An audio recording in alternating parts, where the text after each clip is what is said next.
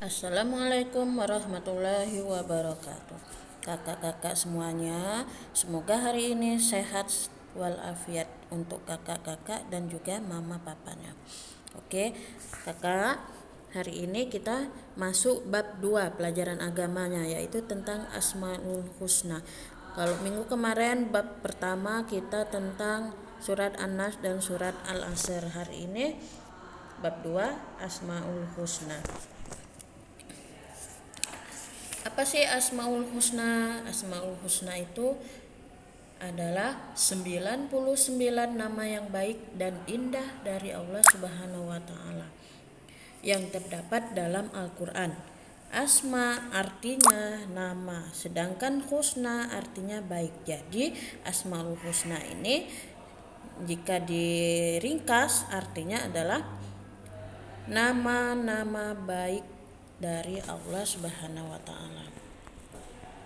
Ini contoh dari Asmaul Husna. Contoh dari bukan contoh ya, nama-nama Asmaul Husna, nama-nama Allah yang baik ini ada 99. Bisa kakak lihat di Al-Qur'an. Pasti di setiap Al-Qur'an itu pasti ada ini. Di akhir ya, di akhir. Dan juga biasa kita dengar ya, ada ya nyanyi Asmaul Husna. Oke, kita lanjut.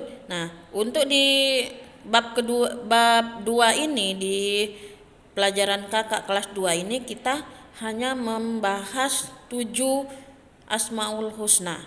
Yang pertama yaitu Al-Ghani. Arti Al-Ghani ini maha kaya. Contohnya adalah segala sesuatu yang berada di langit dan di bumi adalah kekayaan milik Allah. Jadi semua apa yang ada di bumi ini, baik tumbuh-tumbuhan, hewan, kita juga manusia, terus harta benda yang kita miliki itu adalah semuanya milik Allah. Kalau milik Allah itu jadi kapanpun, jam berapapun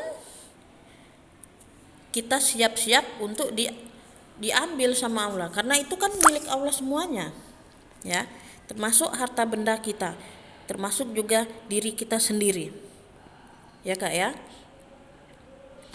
Yang kedua yaitu tentang Al-Wadud. Yang Al-Wadud ini artinya maha mencintai. Contohnya Allah Subhanahu wa taala memberikan semua kebutuhan hidup yang diperlukan oleh makhluknya. Contoh, makhluk hidup kita manusia memerlukan makan nasi ya. Nah, kalau kita mau makan nasi itu pastinya harus ada yang menanam. Jadi para petani itu diberikan sama Allah Subhanahu wa taala tanah yang cocok untuk ditanam sama petani menanam padi, sehingga padi itu bisa kita nanti dinikmatin hasil dari tanaman petani tadi. Itu salah satunya. Yang ketiga yaitu Al-Hadid ya. Yang ketiga yaitu Al-Hadid. Al-Hadi, bukan Al-Hadid ya. Maaf ibu salah. Al-Hadi. Al-Hadi itu artinya maha memberi petunjuk. Contohnya ketika kita mengalami kesusahan, yang memberi petunjuk hanyalah Allah Subhanahu wa taala. Jadi tidak ada tempat untuk memberi petunjuk dalam permasalahan hidup kita ini kecuali hanya kepada Allah Subhanahu wa taala. Karena apa? Yang memberikan masalah itu kepada kita adalah Allah Subhanahu wa taala. Jadi kita hanya kepada Allah saja tempat kita untuk meminta petunjuk atau menyelesaikan masalah yang kita hadapin ya, bukan di tempat gunung, dukun, jin ataupun patung ya, segalanya itu bukan.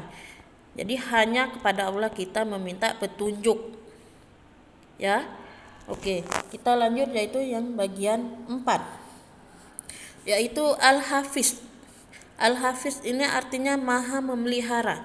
Contohnya kehidupan di alam semesta ini selalu dijaga oleh Allah Subhanahu wa taala karena Dia adalah Al-Hafiz. Jika Allah tidak menjaga kehidupan, maka akan terjadi kekacauan. Ya. Kalau Allah tidak menjaga kehidupan semua yang ada di bumi ini, ya maka akan terjadi kekacauan di mana-mana, peperangan di mana-mana. Terus kita juga tidak bisa sekolah, tidak bisa keluar kalau tidak ada yang menjaga atau memelihara semesta alam ini. Jadi semuanya itu adalah Allah yang memelihara. Allah yang memelihara, tapi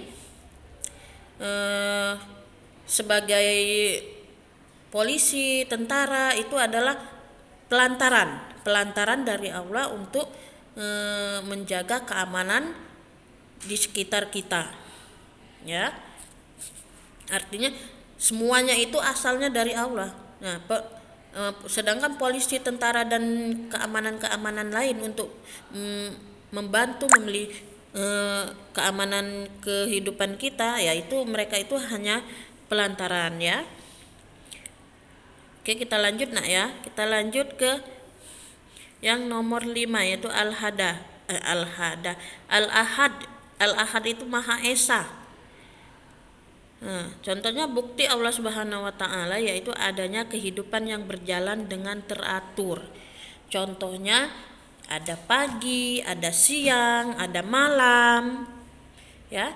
Ada laki-laki, ada perempuan, ada anak bayi, ada anak belita, dewasa, remaja, dewasa. Nah, semuanya itu kan teratur, ya. Bukan langsung dari pagi langsung ke malam, bukan seperti itu. Kalau tidak ada yang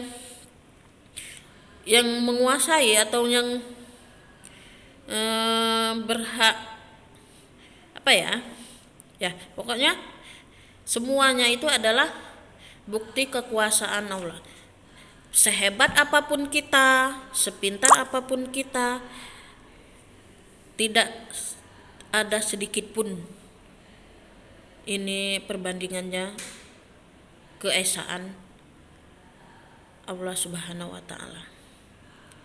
Oke, kita lanjut bagian 6. Bagian 6 yaitu As-Samad. Artinya maha dibutuhkan atau tempat meminta. Contohnya adalah manusia tidak boleh meminta sesuatu kepada Allah Subhanahu wa taala kecuali hanya kepada Allah. Allah lah yang akan memenuhi permintaan hamba-hambanya yang dimohonkan dengan sungguh-sungguh. Jadi mau minta apapun kita itu hanya kepada Allah, bukan mendatangin dukun, bukan meminta sama jin, meminta sama patung. Mintalah sama Allah. Kapan kita meminta? Kapanpun. Yang lebih afdal lagi, yang lebih utama lagi ketika kita setelah sholat.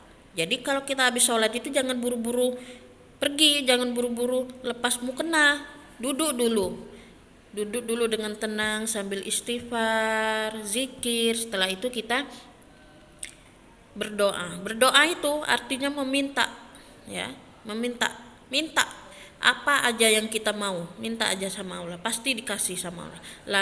Lambat atau cepat pasti dikasih, ya. Yang 7 atau yang terakhir Al-Hasib. Al-Hasib ini artinya maha memperhitungkan. Sesuatu yang kita lakukan semasa hidup kelak akan diminta pertanggungjawabannya di hadapan Allah Subhanahu wa taala. Iya. Contohnya nanti kita belajar. Tujuan kita belajar ini untuk apa? Kalau sekedar untuk main-main, ya maka kita akan berdosa dan nanti di akhirat akan ditanyakan sama Allah. Contohnya lagi, kita sering mencuri, sering mengambil uang orang tua kita tanpa permisi atau tanpa ngomong. Walaupun uang orang tua kita sendiri, kalau kita tidak ngomong itu namanya tetap saja mencuri, ya. Nah, itu nanti di akhirat akan dipertanggungjawabkan. Kita juga mendapat dosa. Setelah itu di akhirat nanti di hadapan Allah akan dipertanggungjawabkan. Kita akan dihisap.